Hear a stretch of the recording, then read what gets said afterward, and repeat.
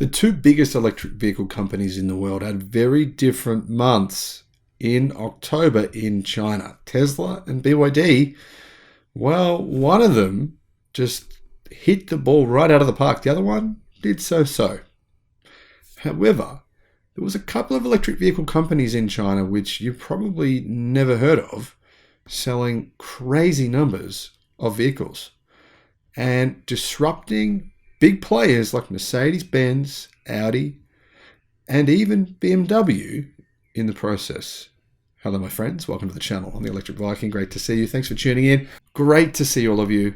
Really stoked to hit 100,000 subscribers. Thank you guys for tuning in. It's awesome to have you. And I have a whole lot of new videos coming. I've done a whole lot in advance.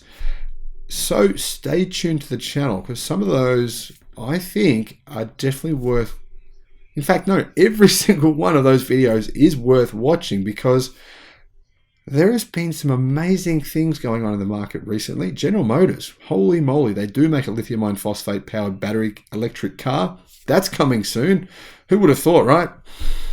Yeah, sure, it's not what you think it is, but anyhow, they do make one. So far this year, from January to September of 2022, the world's 5 largest electric vehicle manufacturers are BYD in second, Tesla in first, and that's not going to change if we're talking purely electric cars. But in third place was SAIC, in fourth place was Volkswagen, and in fifth place was Hyundai Kia with 247,000. Now the thing is, Hyundai and Kia, right, they're in fifth place with 247,000. But BYD, 101,000 electric vehicles worldwide. They're starting to become a global car company now. I can't just say in China anymore. In a single month. I mean, put it this way. Volkswagen's current production is averaging out so far this year at 41,000 vehicles per month. BYD is now at 101,000.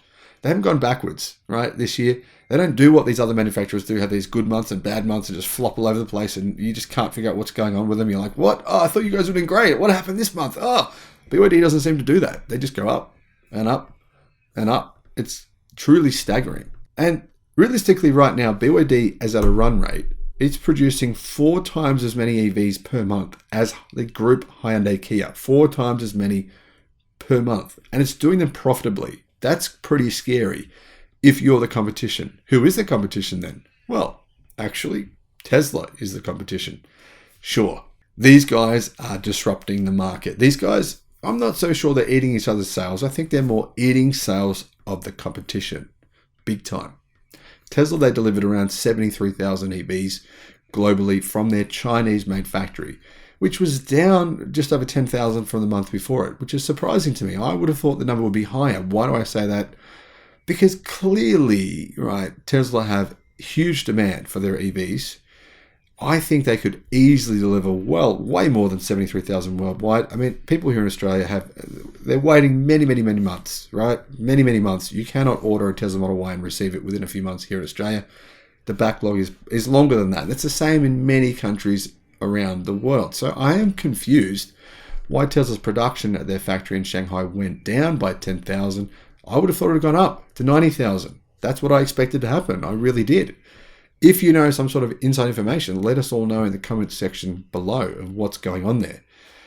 But that said, Tesla did send 200 of its staff from Shanghai to Tesla's factory in Fremont, in California, because they're doing what they did in the production lines in China. They're going to make the same production lines produce a lot more cars.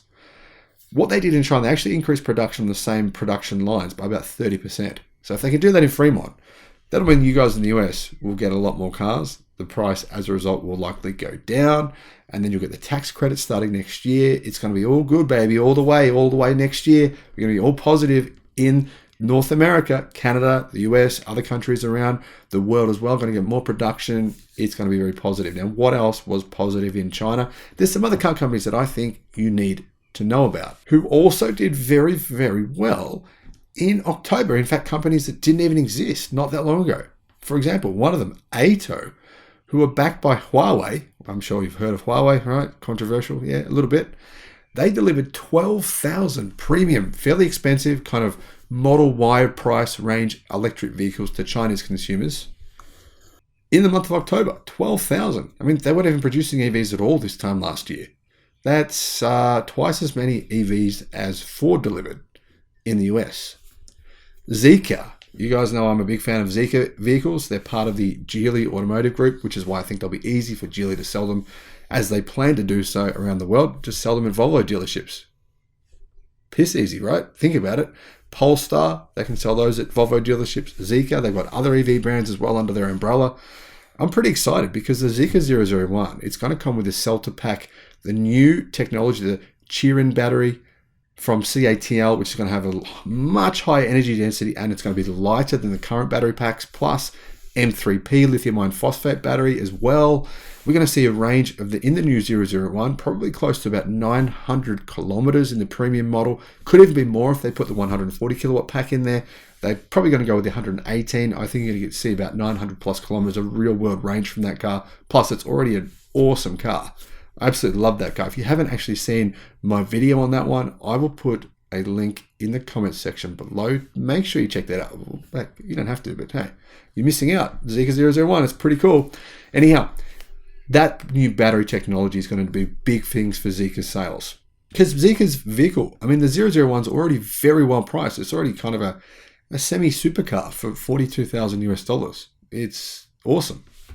So Zeekr's sales have massively increased. They're up 22% from September, but they only delivered 199 vehicles in October of last year. So they went from 199 to 10,119 in the space of 12 months. That's a big jump. There's huge demand for their vehicles. So it makes you question why Xpeng did so badly. 5,000 deliveries. Why have Xpeng's demand gone? It's crashed. I don't understand. No one seems to understand what's going on with Xpeng. At some point in the future, we're going to find out what's happened. It's very bizarre because there's companies like this who are just ramping production month after month. And Xpeng, down. Anyhow, the same thing happened to Leap Motor. Leap Motor was absolutely crushing it during the earlier part of this year. Vehicle sales are going up every single month. Then their sales, well, they started to fall flat. And their share price is now down 62%. They delivered 12,500 electric cars in August, then only 11,000 in September. Now they're down to 7,000 in October. No one knows what's going on with those guys either. However, NIO had an okay month. Their deliveries were down 7.5% versus September. They delivered 10,060 vehicles, which is, it's keeping them pretty steady over the past 3 months. They're around about steady. Now there's some weird publications on media news sites saying NIO sales are up 100%, and they just cherry pick some month to compare it to, where they say, oh, that month was a down month, we'll compare it to that month, and then we'll say their sales are really good.